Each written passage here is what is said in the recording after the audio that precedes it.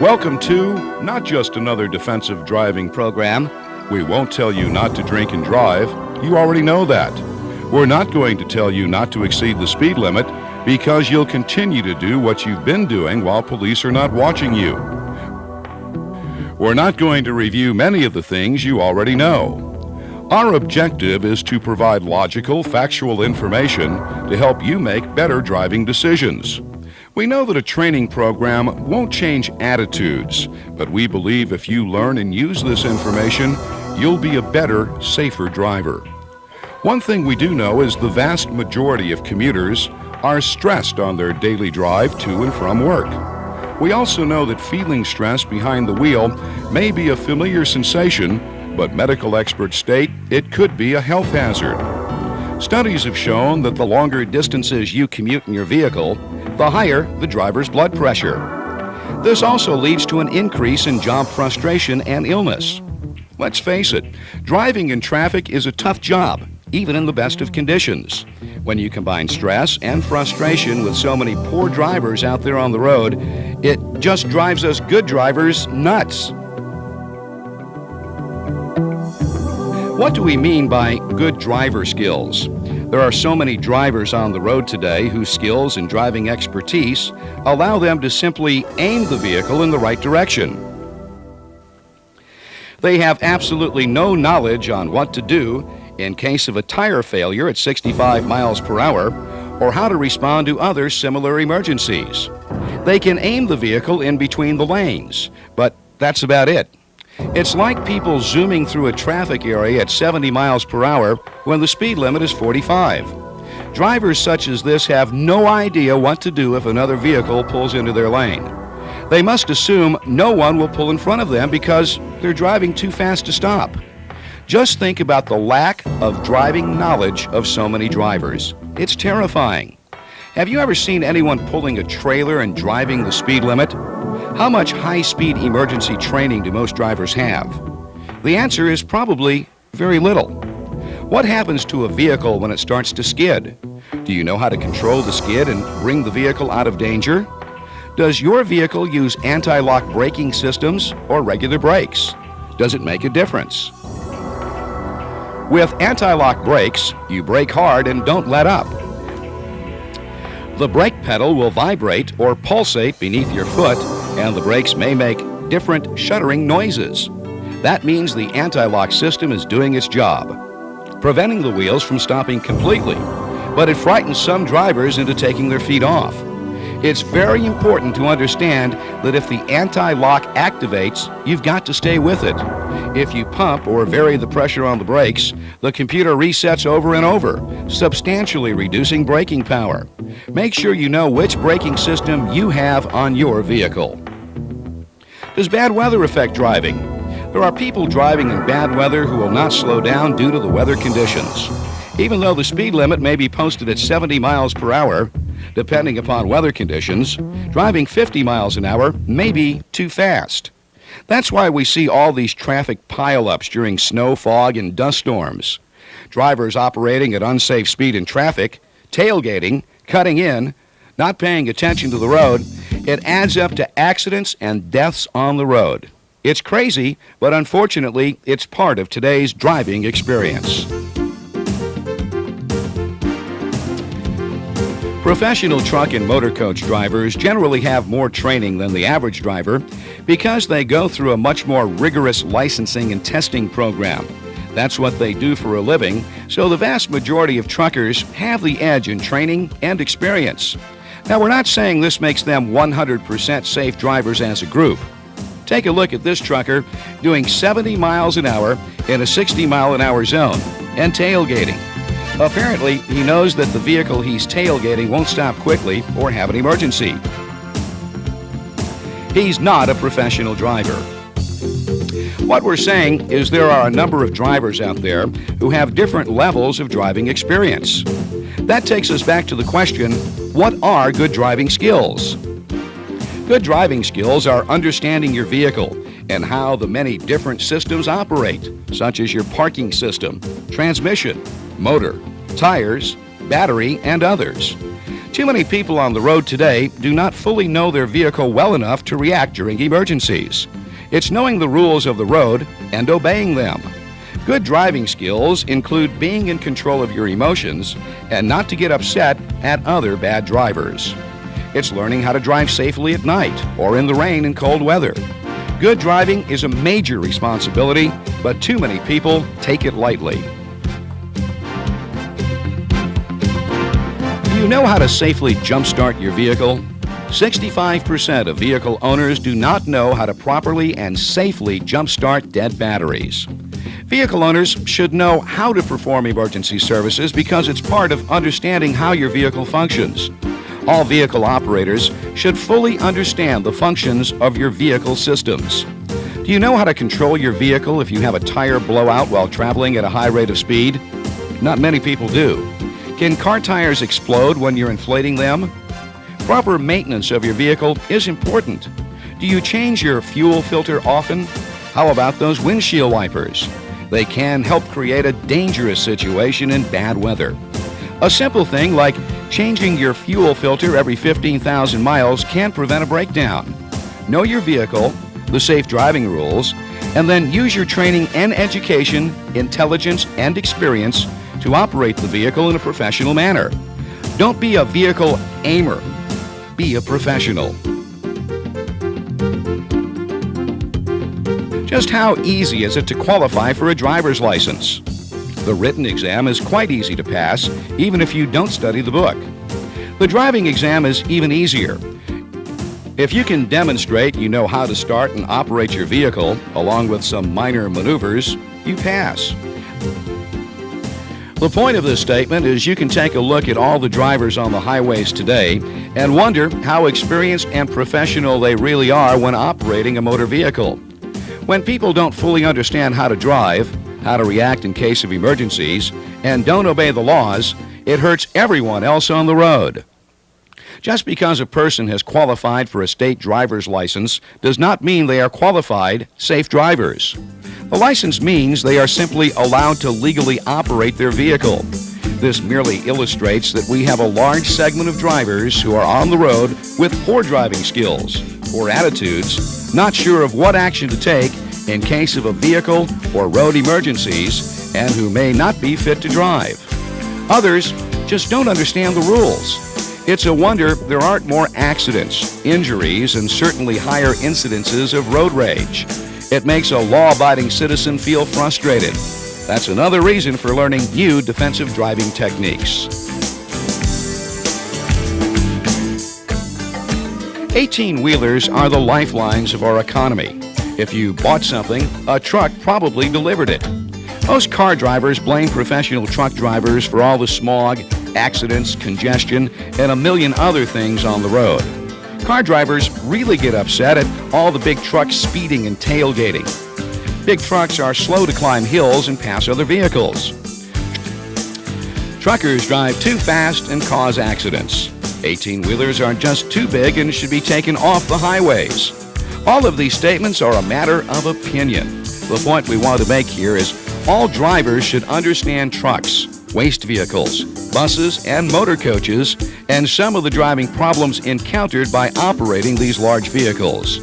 If you ask truckers, they'll tell you that 50 to 75% of drivers haven't got a clue how to drive. They will tell you that cars pop out in front of them and create many of the hazards associated with big rig accidents.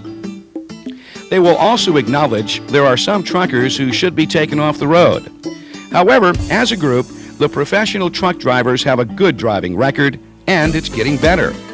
They are dedicated to their profession and do a great job, considering all the hazards they encounter on a daily basis. Small vehicle drivers should understand large vehicles can't maneuver as fast as cars, so give them room and don't hog the road. Don't cut in front of trucks.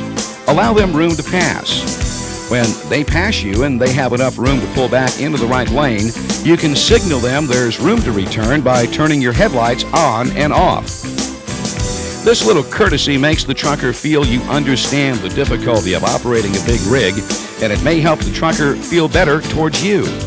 Help them pass you by slowing down, not speeding up. By making their jobs easier, you can make your driving experience a lot safer. Okay, you truckers have to stop bullying drivers by tailgating. That's the number one complaint. Big rigs trying to intimidate drivers by tailgating. Sure, the slow-moving driver should pull over and allow you to pass, but there's no reason to tailgate. When you try to intimidate people in this manner, the other drivers have a tendency to think all truck drivers act the same way. Cut down on your tailgating intimidation, and you'll find other drivers becoming more courteous drivers also. Another irritant to small vehicle drivers is big rigs don't slow down during a rainstorm or icy conditions. Safety is safety, so just because you're driving a heavy big rig or bus, don't think the rules don't apply to you. Slow down in traffic and slow down in rainy or other poor weather conditions. A proper seat position helps maintain good car control. If you can fully depress the brake pedal with your right foot and the clutch pedal with your left foot in a manual transmission and still have a slight bend in your knees, you're okay. Make sure you don't have to reposition your body or adjust your legs to do this. Your knees should be slightly higher than your buttocks. Your left foot should be able to rest comfortably on the dead pedal or that area on the floor to the left of the pedal assembly. Because so many drivers don't understand the dead pedal and its function, let's review. The dead pedal is used by your left foot and accomplishes a number of things. It acts as a footrest for your left foot when you're not using it. Because the area is raised, there is less movement required for your foot to go from dead pedal to the clutch. The dead pedal acts as support for your body under heavy braking. The dead pedal also helps prevent people from bracing their right foot in the wrong place during an emergency. Many times when impact seems imminent, the brain says to the body, brace for impact, and unless you're trained for emergency stops, you may brace your right foot on the accelerator. Okay, back to proper seating. When your arms are held out directly in front of you, your wrists should be able to rest on the top of the steering wheel without your shoulders coming off the back of the seat. At the very least, however, you do want to make sure you can comfortably grip the top of the steering wheel with both hands. Most blind spots can be completely eliminated through the proper adjustment of side and rear view mirrors in your car or truck with 3 easy steps. First, while sitting in the correct seating position, adjust your rear view mirror so it frames the back window of your vehicle without having to move your head. Now tilt your head to one side and adjust the side mirror so that you can just see the side of your vehicle.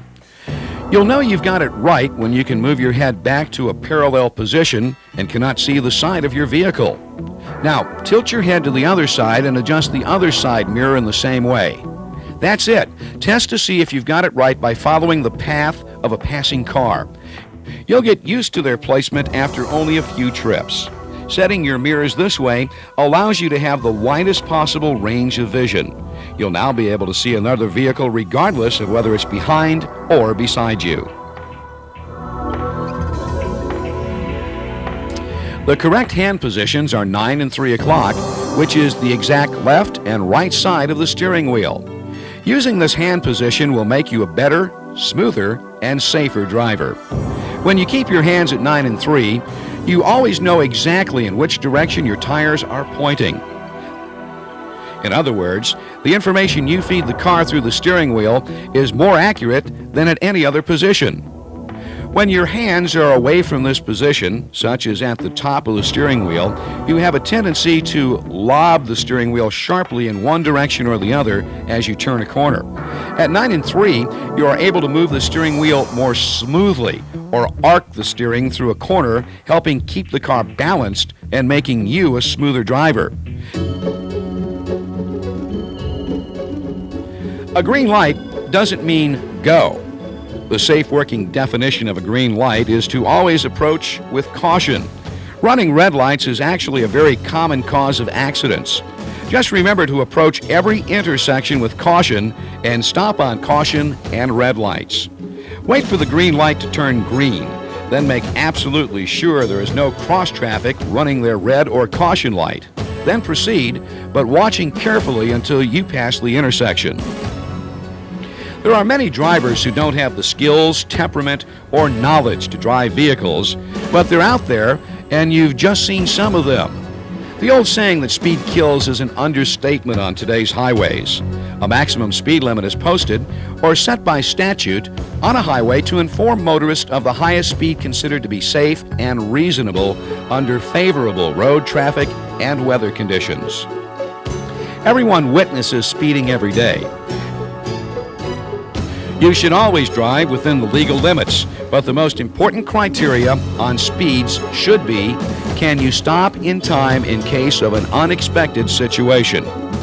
Fog is dangerous because your visibility is restricted. What happens if the leading vehicle slams on the brakes? Do you have enough space between vehicles to react? In the rain, the principle of hydroplaning can create a serious accident potential. This is where water collects under your tires, where the tires are running on the water and not the road. Makes it tougher to stop than on a dry surface. Same thing on snow and ice. Drive too fast and you're going to spin off the road or have an accident. Slow down. Perhaps the most dangerous driving condition for speeding is in traffic. Always consider that someone is going to pull out in front of you. If you use toll roads, you know what happens. Everyone is looking for the fastest method of getting through the toll booth. So if they see an opening, they'll go for it. Same if you're driving in the express or easy tag lane where you don't have to stop. Drive slowly because someone is going to get tired of waiting and they'll pull in this express lane. Are you driving at a speed where you anticipate someone pulling in front of you? Speeding in traffic is quite common, especially in stalled traffic. You'll see people cutting in. You'll see some drivers driving on the shoulder of the highway to get an edge on traffic. The best advice is to drive responsibly and watch for other drivers who don't follow the rules. Defensive driving is just that. Defense by watching other drivers and expecting them to do crazy things. If you expect trouble, you can usually steer clear or slow down. We've left out millions of things that relate to safe driving, but the purpose of this program is to make you most aware of some of the things that may not have surfaced in your driving experience. We didn't talk too much about road rage because that's in another training program. Our best advice is to slow down, take it easy, and don't get frustrated with all those bad drivers on the road. Every time you get into a vehicle, be prepared for the other guy. You know what you're doing, but you don't have a clue as to what someone else may do. Just be prepared for speedsters, tailgaters, crazies, and people who pull in front of you. People who are rude and don't obey the laws. The very next time you drive your vehicle, count how many people are wearing seat belts. You'll find that about 75% of drivers wear seat belts, but only about 20% of people riding in the rear seats are not strapped in. That includes children in the back seats. Check it out. Thanks for listening and watching.